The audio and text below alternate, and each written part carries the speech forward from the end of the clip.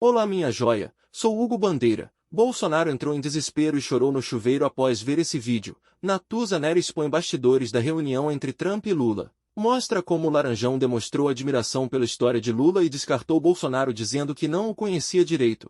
E o melhor de tudo, desmente narrativa de Dudu Bananinha em poucos minutos. Espia. Eu estava vendo aqui o seguinte, vamos falar de reações químicas. A química prevê 4 tipos de reação. Temos a síntese ou adição, decomposição, simples troca e dupla troca. Bom, me parece que há alguns meses a gente estava na fase da decomposição entre Estados Unidos e Brasil. Acho que a gente não chegou ainda na dupla troca, mas na simples troca, você acha que já dá para cravar que a gente está chegando nessa parte da reação química ali entre Trump e Lula?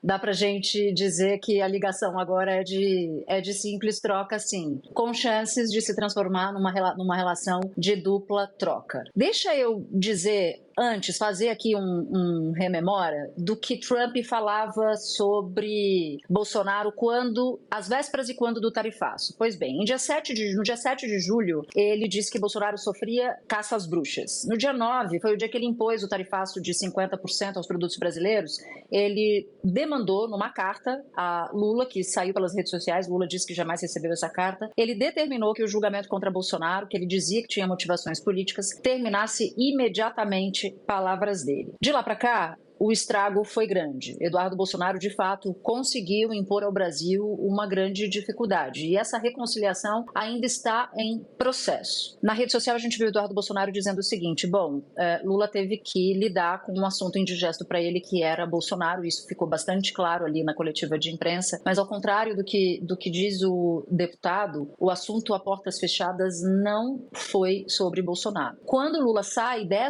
desse encontro em que a imprensa participa, você vê aí na sua imagem, partiu do presidente brasileiro, segundo as minhas apurações, terminar essa história, dar a sua versão sobre o que ele enxergava acerca de Bolsonaro. E aí ele diz para Trump, olha, ele tentou um golpe de Estado, esse golpe de Estado que ele tentou contra mim tinha um plano para me assassinar, para assassinar Geraldo Alckmin, assassinar Alexandre de Moraes. Trump ouviu com atenção e, num dado momento, meio que repete o que a gente viu ali no contato com a imprensa. Ele diz que ele tinha uma boa impressão de Bolsonaro, mas que não o conhecia muito bem. É um tom muito diferente do usado por Trump nas suas redes sociais, naquele fatídico e intenso julho de 2025, e muito diferente do tom na carta. Qual foi a impressão do governo brasileiro em relação ao tema Bolsonaro? Que Trump não estava muito interessado nesse tópico. Essa é a interpretação do lado brasileiro. E, de fato, eu conversei com pessoas que tiveram acesso a todo o conteúdo da reunião e todas descreveram o tópico Bolsonaro, nem como tópico, aliás,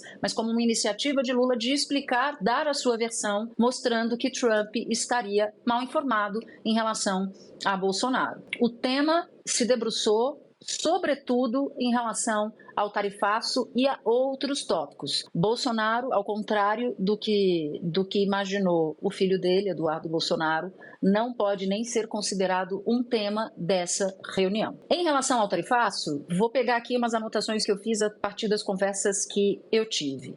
Tem uma passagem importante. O Trump manifestou particular interesse na história de vida de Lula. Ele já sabia um pouco e começa a falar da prisão. Pergunta quanto tempo Lula ficou preso. Lula disse que fica preso durante mais de 580 dias. E Trump, segundo os relatos que eu obtive, se impressiona. E em dado momento ele diz o seguinte, ele sinaliza algo na linha de que ambos ele e Lula teriam dado a volta por cima no sistema. Bom, depois, quando o assunto tarifaço entrou, a percepção do lado brasileiro é de que é possível sim reverter as tarifas, mas que vai levar algum tempo de negociação.